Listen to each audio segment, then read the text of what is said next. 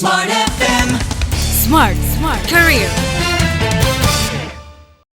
Profesionalitas smart listeners menjadi hal yang dituntut di dalam kita berkarir. Namun banyak hal yang masih menjadi PR ya, di mana teman-teman atau masyarakat mungkin melihat teman-teman yang disabilitas ini kurang profesional kah atau bagaimana. Tapi kita coba dengarkan pandangannya seorang narasumber saya di kesempatan kali ini. Smart Career hadir menemani Anda karena saya Tasya Rustama bersama dengan narasumber Mbak Angki Yudhistia. Halo Mbak Angki. Halo Mbak Tasya. Sehat? Alhamdulillah. Oke, kita mau ngobrol seputar profesionalitas di mata seorang disabilitas begitu ya. Mbak Angki sendiri melihat begitu ya, apakah di perusahaan-perusahaan terutama di Indonesia begitu sudah inklusifkah untuk melihat teman-teman disabilitas dengan ya yang normal biasa begitu? Itu sudah inklusif kah atau sebenarnya belum? Oke. Kalau dibilang sudah atau belum, walaupun belum sempurna, tapi setidaknya kita mulai. I see. Ya. Ini semua berawal dari kebijakan. Kita bahas kebijakan karena menyangkut profesional, kita bahas kebijakan. Yes. Dari pemerintah sendiri punya kebijakan Undang-Undang Nomor 8 Tahun 2016 tentang penyandang disabilitas dan peraturan turunannya. Salah satunya adalah Peraturan Pemerintah Nomor 70 Tahun 2019. Ya. Baru ya, Mbak Angki? Yes, betul. Jadi mencakup salah satunya itu adalah kita bicara tentang ketenaga kerjaan. Bahwa setiap perusahaan wajib merekrut sebanyak 2% untuk pemerintah dan BUMN. 1% untuk swasta. Nah, realitanya adalah untuk mencapai angka 2-1% itu bukan perkara mudah. Itu hal yang sulit. Sulitnya ada di mana?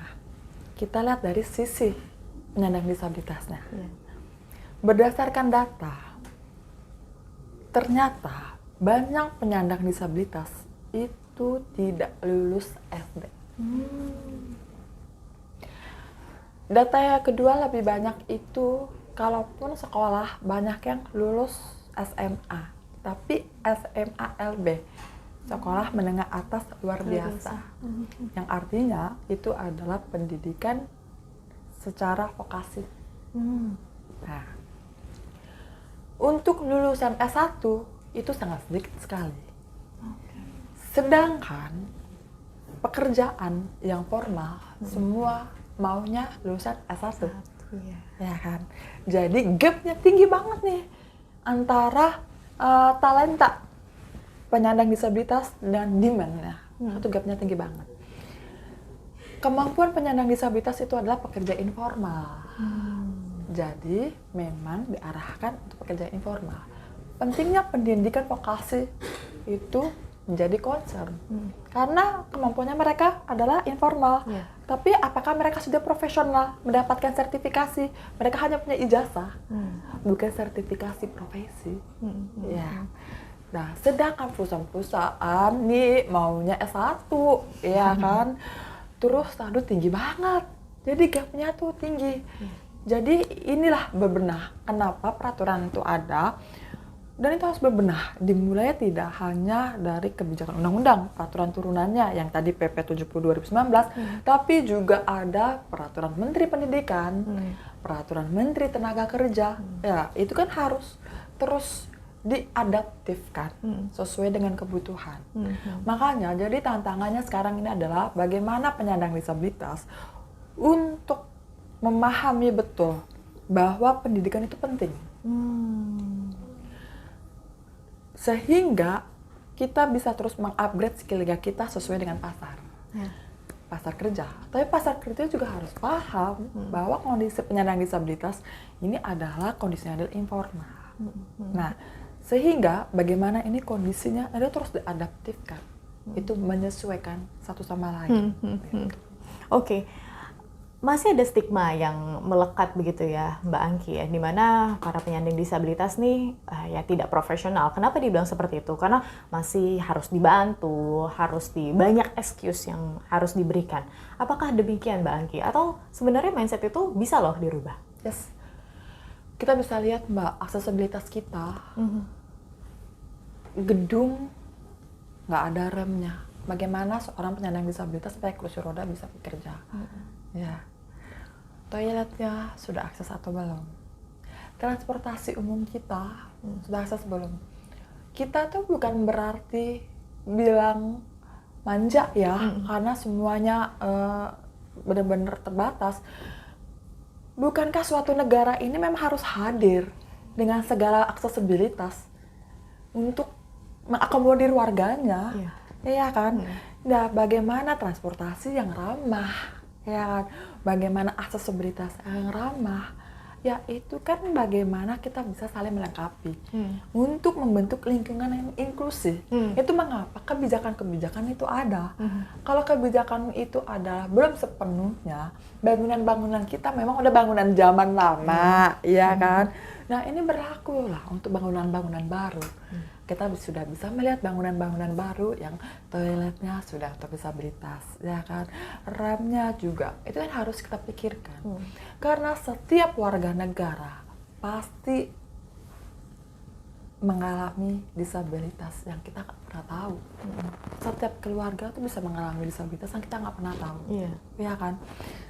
Jadi ya itulah bagaimana kita bisa saling toleransi. Lingkungannya. Jadi kalau dibilang disabilitasnya nggak profesional, ya aksesibilitasnya kan nggak ditanggung semuanya, ya kan? Sehingga itu yang mengalami kesulitan. Tapi ini nggak bisa dibiarkan. Sampai kapanpun penyandang disabilitas akan bisa menjadi pengangguran kalau begini terus-menerus. Ya harus ada yang bebenah. Ya, baik dari tenaga kerjanya dan juga dari pasar kerjanya. Jadi itulah pentingnya kita untuk bersuara, pentingnya saya ya gitu, yang tugasnya yang nggak susah-susah ya kan, untuk memastikan gitu loh, memastikan semua ini berjalan sesuai dengan kebijakan yang ada. Bukan pekerjaan mudah, tapi ini terus disuarakan, dan yang paling utama kuncinya adalah konsisten. Konsisten. Kita bisa melihat talenta-talenta penyandang disabilitas sekarang itu sudah mulai bagus. Kalau kita lihat contoh Putri Aryani misalnya. Putri Aryani ketika kita melihat di umur 17 tahun, apakah dia bintang yang bersinar hari itu? Tidak. Itu kan sudah dari sebelumnya. Orang tuanya sudah menyiapkan dari SD untuk terus konsisten.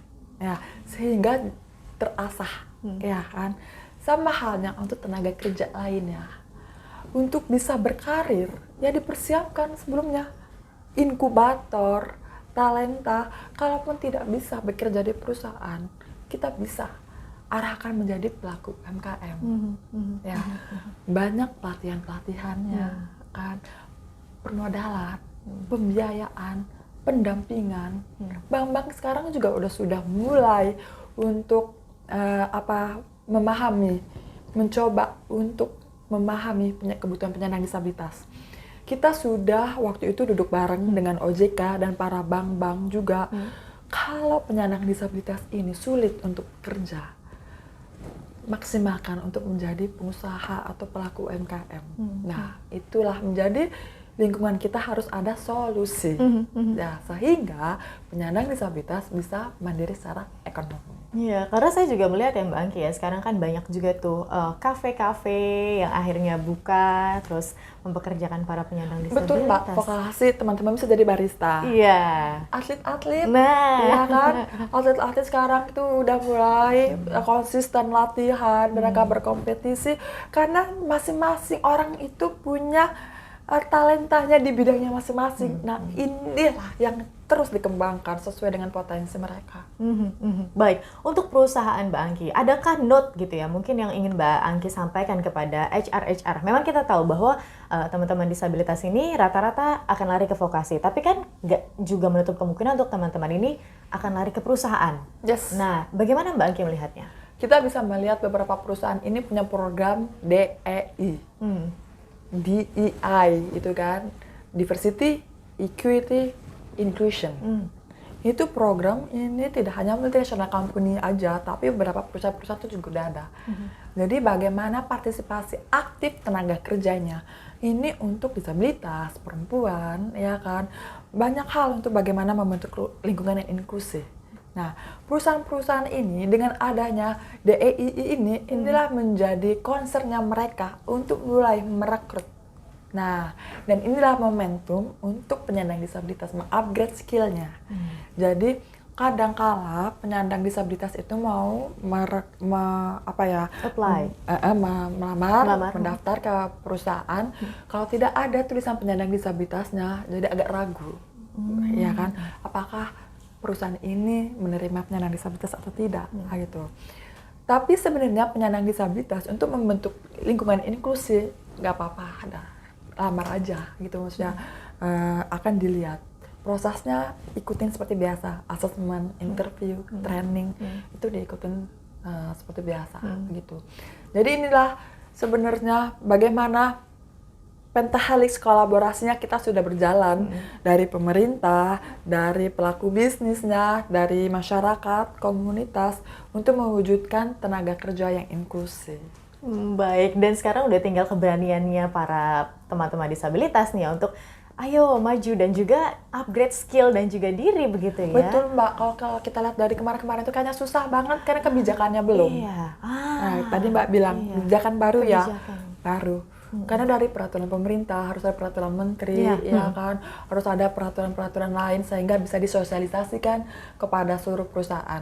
Kementerian Tenaga Kerja setiap tahun sekarang kita punya peraturan presiden tentang pemberian penghargaan.